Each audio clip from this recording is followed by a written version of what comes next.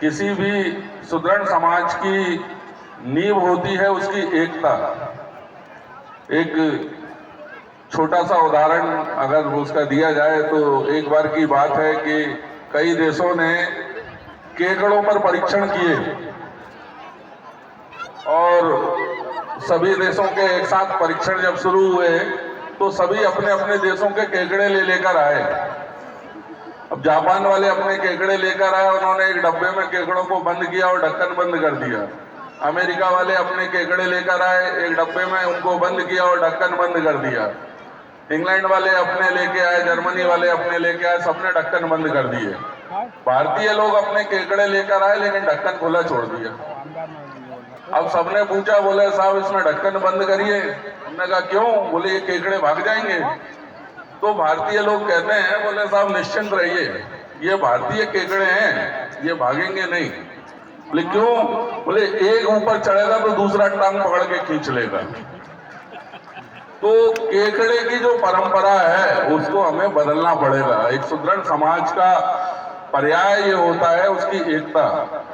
किसी भी समाज की संपन्नता का पर्याय उसकी एकता होती है। एक बार किसी व्यक्ति ने किसी महाराज जी से कहा, बोले महाराज जी हमारा समाज बहुत पिछड़ा है।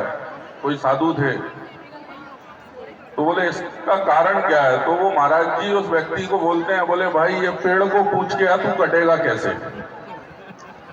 तो वो व्यक्ति पेड़ के पास जाता है, तो पेड़ को बोलता है भाई तू कटेगा कैसे? तो उसने कहा कुल्हाड़ी से। तो उसने कहा ठीक है, मैं कुल्हाड़ी लेके आता हूं, तुझे काटता हूं। और वो कुल्हाड़ी लेके आया तो पेड़ ने कहा कि इसके पीछे जो लकड़ी लगी हुई है पहले इसको हटा फिर काट।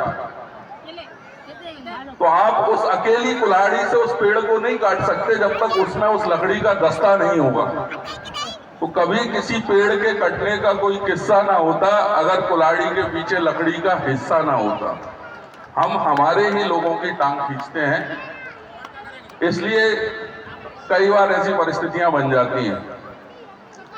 यदि हमें वाकई में एक अच्छा समाज बनाना है तो टांग खींचने की जगह हाथ बढ़ाने की परंपरा को आगे लाना होगा, और यही एक अच्छे समाज की पहचान है। लोग कहते हैं कि हम पिछड़े हैं लेकिन उसका कारण नहीं खोजते। कई बार ऐसा होता है कि यार ये आगे क्यों बढ़ गया, मैं पीछे क्यों रह गया। हम ये नहीं सोचते कि आगे बढ़ गया, अगर इसने हाथ दिया तो मैं भी वहां पहुंच सकता हूं।